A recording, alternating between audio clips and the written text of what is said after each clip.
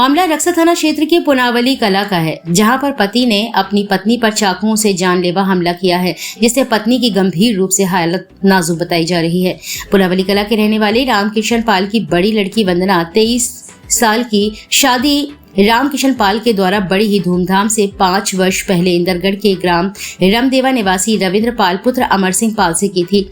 शादी के कुछ दिनों के बाद ही रविंद्र पाल के द्वारा वंदना से मारपीट की जाने लगी। इसके बारे में उसने अपने घर वालों को भी बताया।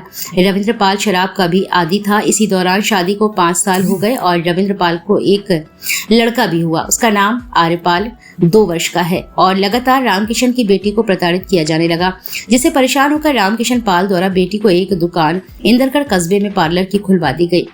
उसके बाद भी लड़ाई झगड़ा शांत नहीं हुआ तो 1 माह पहले रामकिशन की लड़की वंदना अपने बच्चे आर्यपाल के साथ अपने मायके पुनावली कला में आ गई और उसने यहाँ पर भी रक्सा पुनावली मार्ग पर पुनावली गाँव में ही बबलू वर्मा के मकान में किराए से पार्लर की दुकान खोली।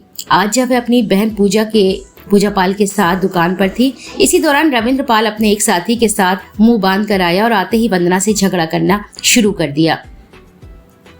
झगड़ा होने के बाद रविंद्र पाल द्वारा चाकू निकाला गया और 3-4 हमले किए गए, जो सीधे उसके गर्दन के आसपास तथा चेहरे पर लगे। गंभीर रूप से घायल हो गई वह और बहन पूजा पाल भी घबरा गई और वंदना के लड़के आर्य को लेकर दूसरे पड़ोसी के यहाँ भाग गई। हमला करने के बाद रविंद्र पाल अपने अज्ञात साथी के साथ भाग गया।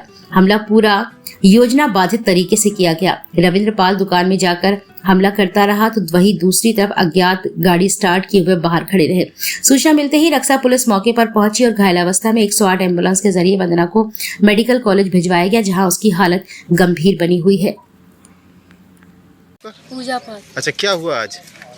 आज हमारे हम सड़क दीदी को खाना देने आए थे, तो हमारे जीजा जी आए और दीदी के साथ थोड़ी बातचीत की और चाकू से और हथियार लिए थे और चाकू से दे गए और उन्हें बहुत सारी खरोचा लग गई। चोट आई? कहाँ चोट आई?